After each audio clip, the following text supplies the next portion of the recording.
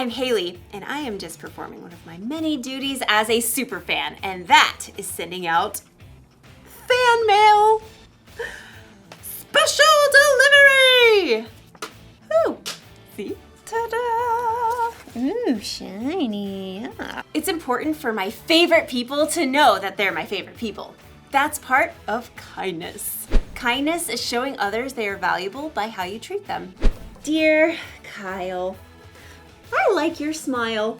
You can shoot basketballs a quarter mile. Let someone else rebound every once in a while. Your biggest fan. But don't get me wrong. I'm not just a fan of famous athletes. I'm fans of all kinds of people. Dear Mom, you're the bomb. You're like the coolest.com. You make me want to shake a pom-pom. Your biggest fan, hey. Dear sis.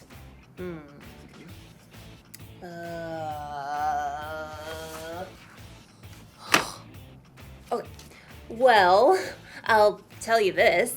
The annoying way you chew is something I don't miss. And your taste in music makes me want to hiss. Your sis. Hey. Did you ever notice that it's harder to be kind to the people that you're closest to? Well, as you'll see in today's story, sometimes the people we're closest to are the people who need our kindness the most. I should probably rewrite this card to my sister. Yeah. See you in a bit. The Bible. It's 66 books of history, stories, letters, and poetry that fit together to form God's one big story. The epic adventure of how He created us and loves us so much that He made a way to rescue us. As we travel through the Bible, from Genesis to Revelation, we discover people who met God and found their lives changed forever. Now, for an amazing story. Inspired by the Book of Ruth. In the land of Moab, there lived a young woman named Ruth. She married a man from Judah and must have dreamed of a large family and many children. We'll name them Zeke and Hannah and... But Ruth's happily ever after ended before it began. Her husband died and his brother too, and that left Ruth alone with her sister-in-law Orpah and her mother-in-law Naomi, whose husband died too. I have nothing left. Naomi had come to live in Moab during a famine in Judah, but she had gotten word that there was plentiful food in her homeland again, so she planned to take a road trip. Ruth, Orpah, go back to your family homes. May the Lord show you kindness as you have shown me. So Orpah kissed her mother-in-law and left, but Ruth wouldn't budge. I'm going with you. Look, your sister-in-law is going back to her people. Don't urge me to leave you or to turn back from you. Where you go, I will go. Where you stay, I will stay. Your people will be my people, and your God, my God. Well, okay then. Finally, after a long and dusty journey, the two women arrived in Naomi's hometown of Bethlehem. Everywhere along the road, barley rippled in the breeze, golden and ready to harvest. Is that Naomi? She don't look so good. Don't call me Naomi. The Lord has made my life bitter. I went away full, and the Lord has brought me back empty. Don't listen to them. You just need dinner and a nap. Finding food was their top priority. Some of those barley fields belong to my husband's relative, Boaz. The grain is being harvested right now. Let me go to the fields and pick up the leftovers. Go, my daughter. The law instructed the landowners to leave behind some of the harvest for people who needed food, so Ruth followed behind the harvesters, gathering every bit of barley that fell to the ground. Barley. Let's see. You can barbecue it, boil it, broil it, sauté it. Ruth worked hard in the heat of the day. In the afternoon, Boaz came out to survey the harvest. The Lord be with you. The Lord bless you! Boaz spotted Ruth hard at work and asked his overseer, Who is that young woman? She came back from Moab with Naomi. She asked if she could pick up the extra grain and has barely rested all day. Boaz was moved by Ruth's care for Naomi. he waded through the barley to speak with her. Stay here and follow along where the men are harvesting. I'll make sure no one bothers you.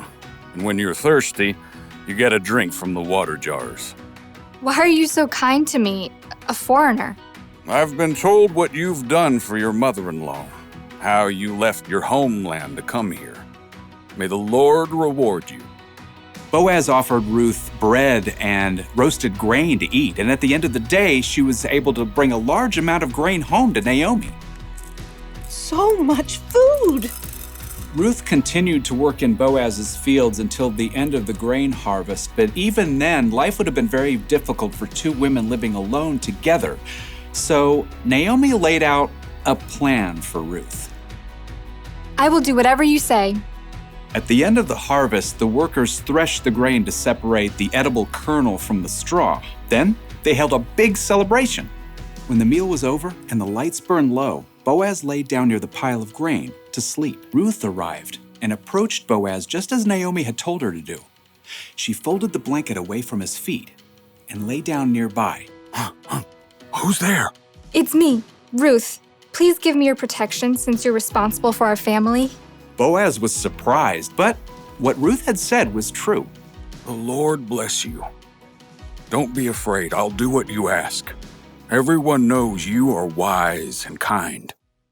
Even though Boaz agreed to help Ruth, there was a family member who was closer than Boaz. So in the morning, Boaz set out to meet that man and the town elders to settle the matter. I will buy Naomi's land and also marry Ruth, if you will let me.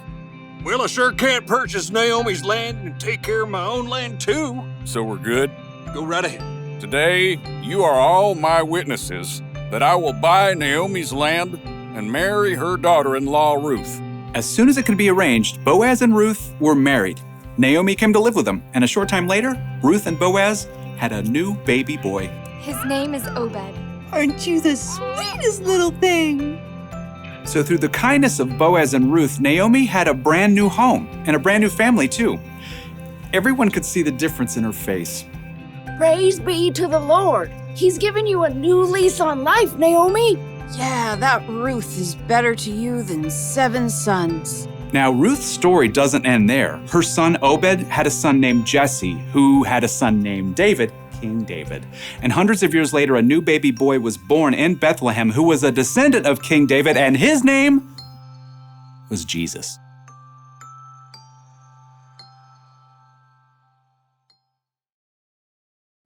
A lot of kindness was being shown in Ruth's story. Boaz was kind to Ruth, Ruth was kind to Naomi, and through them, God was kind to all of us. Did you know Ruth was the several greats later great grandmother of Jesus? Isn't that amazing? I am a huge fan of Ruth. Dear Ruth, here's the truth. I've been a big fan ever since my youth. Your biggest fan, Haley. Kindness matters, especially when it comes to the people we're closest to, like our family and friends. But the people we're closest to are the people who can also get on our nerves, right? So we're not always kind to them. Or sometimes we assume those people know how we feel about them, so we never tell them. But we shouldn't assume. We should tell people when we care about them. Or send them a letter. Special delivery to Ruth! And we should be kind to our friends and family, even when they get on our nerves, because God can use our kindness to do amazing things in their world. So here's the one thing to remember today.